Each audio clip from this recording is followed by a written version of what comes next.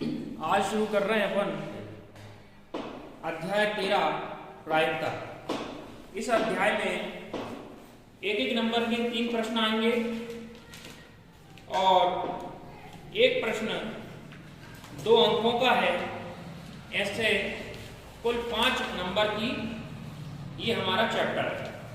ठीक है, सबसे पहले हम बता रहे हैं इसके वस्तुनिष्ठ।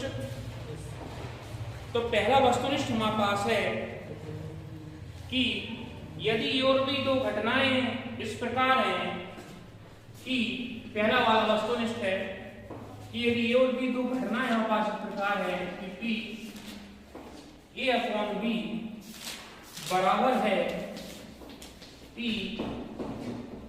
B अपॉन A के, और ये दोनों बराबर नहीं हैं 0 के, तब हमको बताना है इन चारों में से कौन सा आंसर सही होगा। अब हम जानते हैं कि P A अपॉन B प्रतिबंधी प्रायिकता होती है ना। तो इस P A अपॉन B का मान क्या हो जाता है? P A अपॉन B का मान होता है P A intersection B upon जो नीचे होता है वो आ जाता है, मतलब P B बराबर P B अपॉन A का भी क्या मतलब हुआ? P B अपॉन A का मतलब होता है P A intersection B upon P A। ठीक है, हम देख रहे हैं कि दोनों अंश से अंश कैंसिल हो गए, तो अंश से अंश कैंसिल हो गया, क्या बचा हमारे पास 1 अपॉन P B बराबर 1 अपॉन P A। अपन तिर्यक गुणा करते हैं, तिर्यक गुणा करा तो क्या आ गया? P A बराबर P B। ये हमारा पहले वाले वस्तुनिष्ठ का उत्तर आ गया, P A बराबर P B, मतलब आंसर है D। ठीक है, चलिए सेकंड हमारा वस्तुनिष्ठ है। तो सेकंड नंबर का वस्तुनिष्ठ प्रश्न लिखा है यदि P A बराबर 1/2 हो और P B बराबर 0 हो तो P A अपॉन B का मान हमको बताना है क्या। अब देखो जब P A अपॉन B का मान क्या है, हम जानते हैं सूत्र से कि P A अपॉन B बराबर क्या होता है? P A intersection B upon C B। अब देखो P A इंटरसेक्शन B का मान तो हमको दिया ही नहीं है, इसका मान तो हमको दिया ही नहीं है, तो ये ऐसा कैसा रहा? C B का मान कितना दे रहा है? 0। और जब मालूम किसी भी संख्या में जब अपन 0 से भाग करते हैं तो क्या आता है? इन्फिनिटी आता है। किसी भी संख्या में यदि अपन 0 से भाग करें तो क्या आता है? इन्फिनिटी। इन्फिनिटी माने क्या? अनंत, माने अपरिभाषित है ना। तो ये क्या आ गया? मतलब परिभाषित नहीं है, इसको परिभाषित नहीं किया जा सकता। तो ये हमारा दूसरा ऑब्जेक्टिव हो गया। तीसरा, एक पांसे का जोड़ा उछाला जाता है। अब पांसे का जोड़ा, पांसा मतलब सांप सीढ़ी की गोटी है ना। एक सांप सीढ़ी की गोटी अपन ने फेंकी है और जोड़ा बोल रहा है, मतलब 2 गोटियों पे। तो प्रत्येक पासे पर सम अभाज्य संख्या प्राप्त करने की प्रायिकता हमको बताना है कि निम्न में से क्या होगी। अब देखो 2 पासे हमने फेंके हैं, 2 पासे फेंके मतलब 2 सांप सीढ़ी की गोटियां हमने फेंक दी। तो क्या क्या स्थितियां बनेंगी, पहले हमको ये सब, जब भी पासों की बात आए तो ये हमको पता होना चाहिए स्थितियां कौन क्या होती हैं। तो हमारे पास तीसरा जो वस्तुनिष्ठ है हम निकाल रहे हैं NS, माने कुल स्थितियां। हमने पांसा फेंका, हो सकता है पहले पांसे पर 1, दूसरे पांसे पर 1 आए, फिर 1 2 1 3 1 4 1 5 1 6।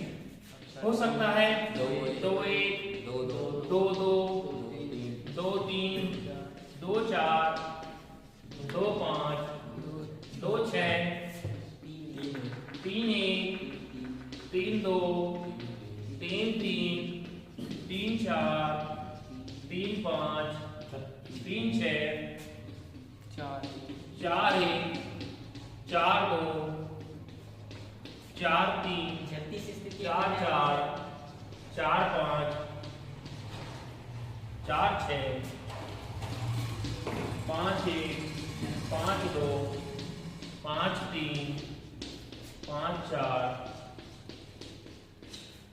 5 6 6 1 6 2 6 3 6 4 6 5 6।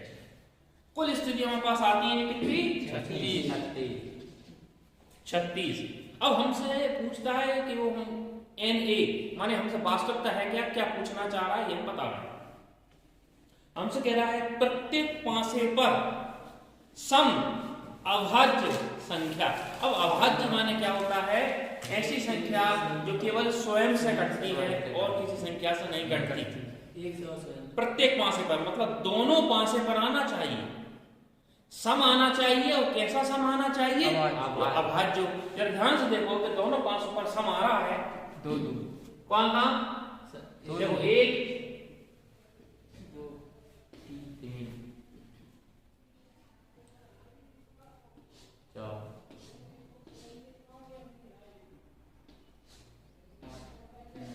ये दोनों पासों पर समान किए आ रहे हैं।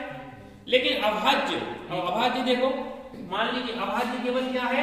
2 क्या 2 4 अभाज्य है? नहीं, क्योंकि 2 तो अभाज्य लेकिन 4 कैसे कटते हैं? 2 से ऐसे 2 6 भी नहीं है तो कट जाते हैं। देखो आप 4 4 कट रहे हैं, 4 2 कट रहे हैं, 6 2 6 4 सब कट रहे हैं। केवल एक मात्र ऐसा मिला कि दोनों पासों पर समंक भी आया और अभाज्य भी हुआ। तो NA माने की स्थिति क्या हो गई? उन 36 स्थितियों में केवल एक मात्र स्थिति हमको ऐसी मिली है जो दोनों पासों पर समंक भी है और वह अभाज्य भी है। NA बराबर है 1। तो प्रायिकता क्या हो गई? NA अपॉन NS माने 1/36 उत्तर। ठीक है, तो ये हमारा चौथे नंबर का ऑब्जेक्टिव था। इसी नंबर का ऑब्जेक्टिव था ये। अब है कि दो घटनाएं, चौथे नंबर का ऑब्जेक्टिव है कि दो घटनाएं A और B परस्पर स्वतंत्र कहलाती हैं, है ना?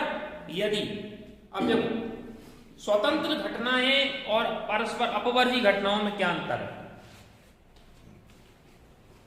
अपवर्गी और स्वतंत्र, दो घटनाएं स्वतंत्र कब होती हैं?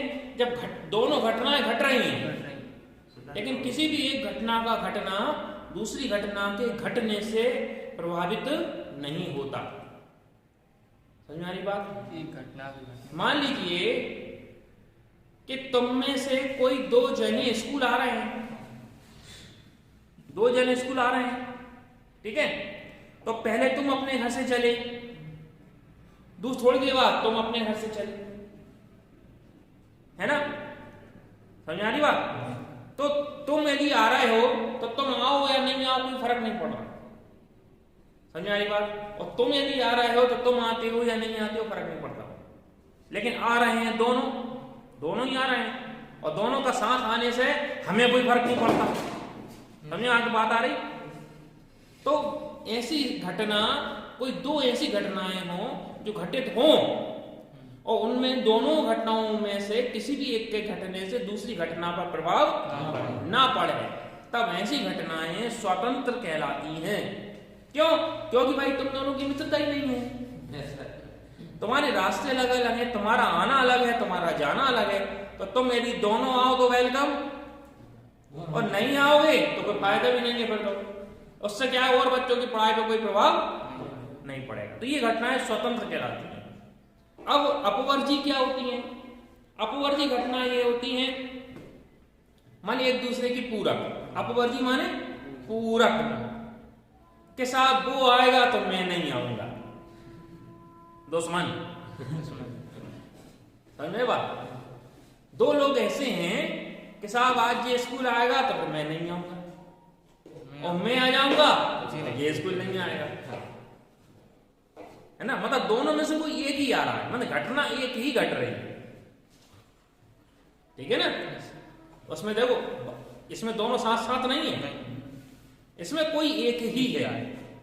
और वहां स्वतंत्र में क्या है, दोनों है।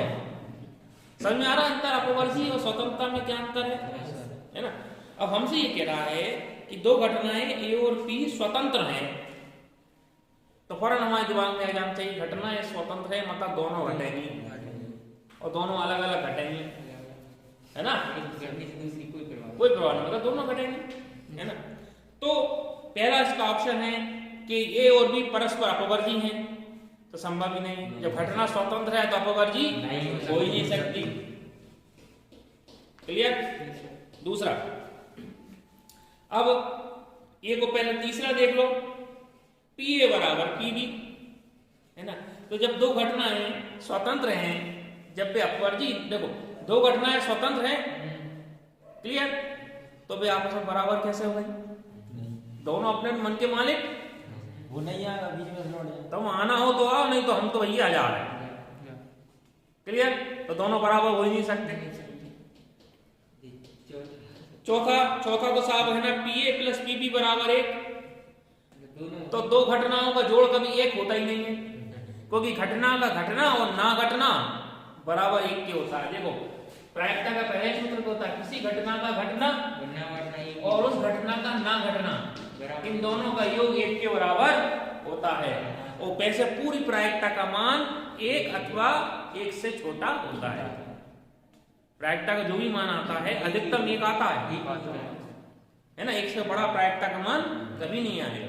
इसलिए कह रहे हैं किसी भी घटना का घटना और ना घटना, इन दोनों का योग 1 होता है। तो माने कोई भी दो घटनाओं का घटना योग 1 कैसे हो जाएगा? तो माने डी भी गलत है। अब हमारे पास बचा है चौथा, चौथा जरा ध्यान से देखो, चौथा नहीं सॉरी दूसरे नंबर का लिखा है P A bar B bar बराबर 1 माइनस, सर ये डबल है, सर ये भी नहीं है, पी ए का डबल डैश है, ये भी सही तो लिख रहा है, सही तो लिख रहा है ना, सही रहेगा। वाह, हाँ तो फिर वो दूसरे की क्या है, पी डबल बी नहीं है, ये बी नहीं है, हैगा ना, सही है और देखो जो सही है सर, सही है ठीक है। सर हमारा गलत लिखो। कौन से आगे चले। हाँ तो सर अब देखो एक नियम है, यहां पर ये क्या चीज है, इनटू माने क्या होता है, इंटरसेक्शन।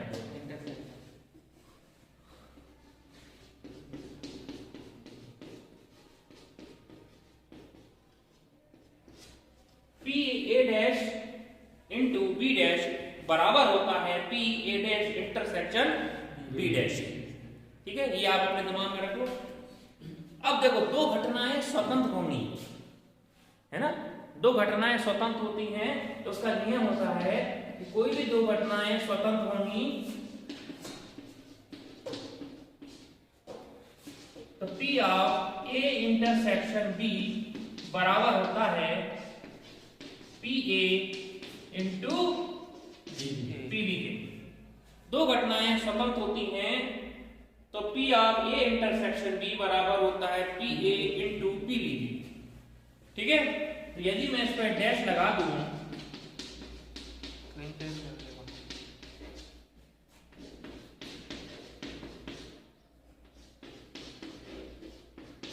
यहां तक कोई दिक्कत नहीं। ये डैश माने क्या है, बाहर ही तो है, डैश माने क्या, पूरक, और पूरक तो हम बाहर से भी बताते हैं। किसी घटना ये पी है तो ना घटना पी ए बार या पी ए डैश, इन्होंने नए तरीका का उपयोग किया है। तो देखो हमने अभी तुमको एक सूत्र बताया था कि P A plus P A bar बराबर क्या होता है, इसको मैं ऐसा भी लिख सकता हूं,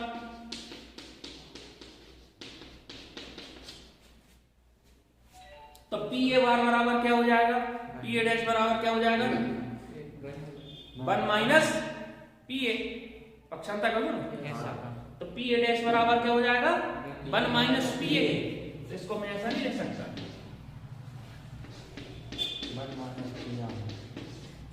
लिख दिया ना। और इस पी बी डैश को क्या लिख सकता हूँ?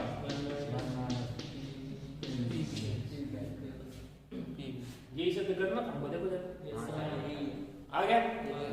तो P R A bar into B bar बराबर होता है P R 1 minus P A into 1 minus P. Clear?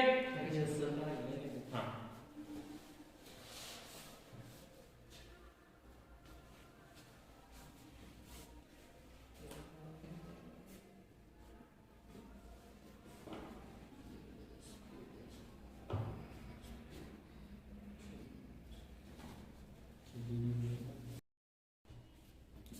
चलिए 5वें नंबर की ओटी है हमारे पास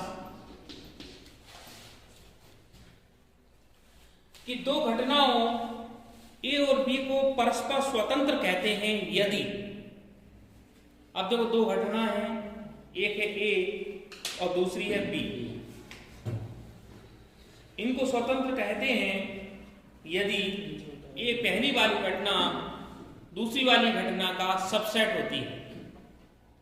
मानी ए, दो घटनाएं स्वतंत्र हैं, ए और बी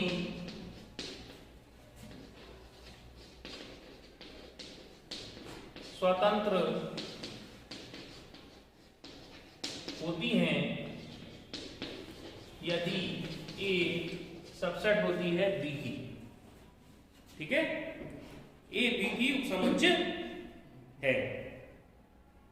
ये 5वें का आंसर है ए समुच्चय बी है ना, पहली वाली घटना दूसरी का उपसमुच्चय हो। सबसेट माने उपसमुच्चय पहले। अब हमारे पास 6 नंबर का प्रश्न। 6 नंबर के प्रश्न में हमसे क्या कह रहा है ये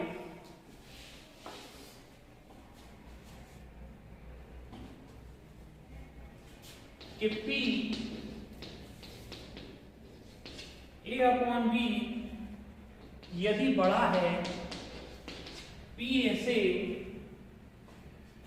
तो बताइए निम्न में से कौन सा सही है।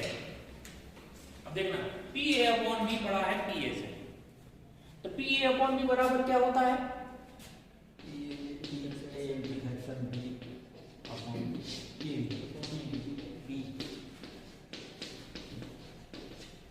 ये ऐसा कैसा रहा? तेरा गुणा कर दे अपन, तेरा गुणा करा तो क्या होगा?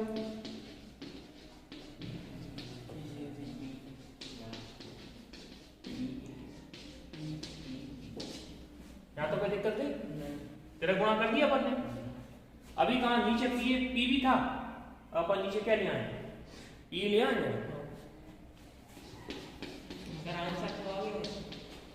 आंसर इसका ये भी है और इसका आंसर ये भी है। ठीक है, और क्या नीचे क्या लिया? तेरा गुणा करके पी। ये क्या हो गया? ध्यान से देख, पी ए बटे बी बटे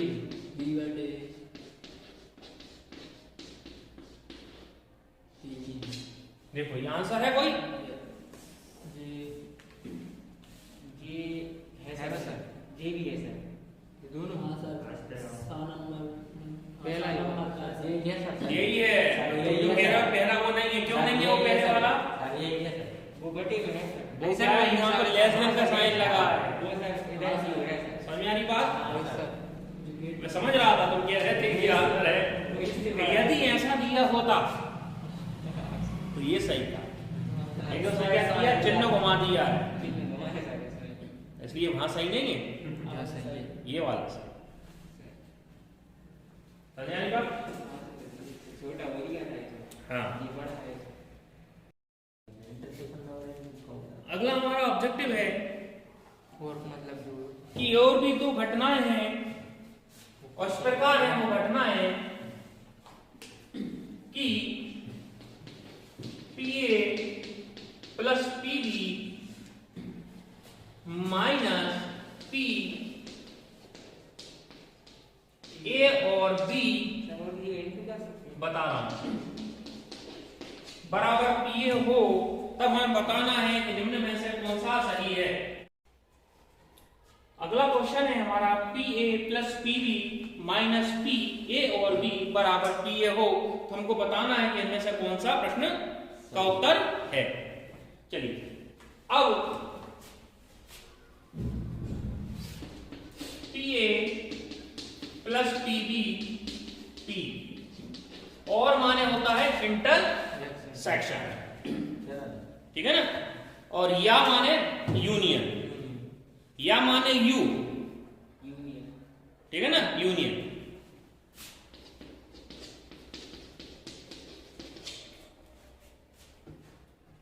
यहां तक कोई दिक्कत हो तो बताओ। P A plus P B minus P A intersection B. अब देखो जरा, दोनों तरफ पी ए है तो पी ए से पी ए निपट गया। क्या बचा हमारे पास? P B minus P A intersection B बराबर वन काट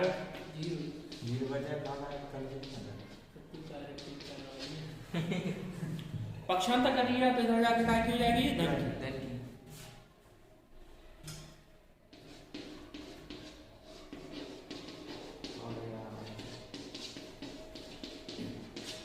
कोई दिक्कत? इसको मैं नीचे ले आऊं?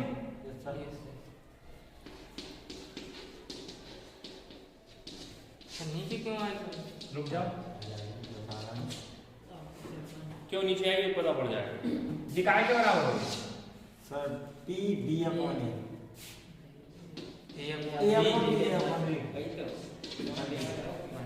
इसलिए आ गई, सूत्र बना दिया। नहीं सर, सूत्र बनाने के लिए सर इनटू में थी नहीं।